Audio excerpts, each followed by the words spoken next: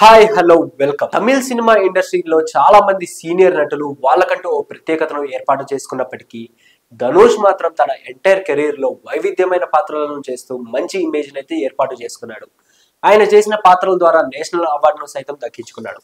ఇక ముందు కూడా చాలా వైవిధ్యమైన పాత్రల్లో మన ముందుకు రాబోతున్నట్లుగా తెలుస్తుంది. ప్రస్తుతం ఆయన శేఖర్ కమ్ముల డైరెక్షన్ లో కుబేరా అనే సినిమా చేస్తున్నాడు. ఈ సినిమాతో తెలుగు ప్రేక్షకులను సైతం మరోసారి మెప్పించే ప్రయత్నం చేస్తున్నట్లుగా తెలుస్తుంది.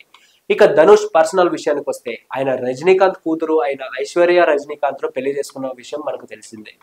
ఇక వీళ్లకు ఇద్దరు పిల్లలు కూడా ఉన్నారు.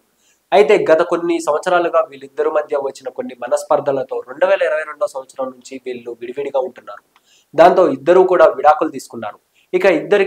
ఇద్దరి తరపున బంధువులు వీళ్ళను ఎంత ఒప్పించాలని ప్రయత్నం చేసినప్పటికీ ఆ ప్రయత్నాలు ఏమీ సఫలం కాలేదు. దాంతో ఫైనల్ గా డివోర్స్ తీసుకున్న వీళ్ళు ఎవరికి వారు బతుకుతున్నారు. ఇక ఇప్పుడు ధనుష్ తన సినిమాలు చేస్తూ చాలా బిజీగా గడుపుతున్నాడు.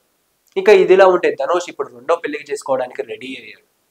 ఇక ఇప్పటికే సినిమా ఇండస్ట్రీకి చెందిన ఐశ్వర్యను పెళ్లి చేసుకుని డివోర్స్ దాకా వచ్చాడు. కాబట్టి ఇప్పుడు సినిమా ఫీల్డ్ తో సంబంధం లేని ఒక అమ్మాయిని పెళ్లి చేసుకోవాలని చూస్తున్నట్లుగా తెలుస్తుంది. ఇక అందులో భాగంగానే తమ ఫ్యామిలీలో ఉన్న ఒక అమ్మాయిని పెళ్లి చేసుకుని వాళ్ళతో లైఫ్ లీడ్ చేయాలనే ఆలోచనలో ఉన్నట్టుగా తెలుస్తుంది. ఇక ప్రస్తుతం ధనుష్ తన ఫోకస్ మొత్తం సినిమాల మీదనే పెట్టినట్లుగా తెలుస్తుంది.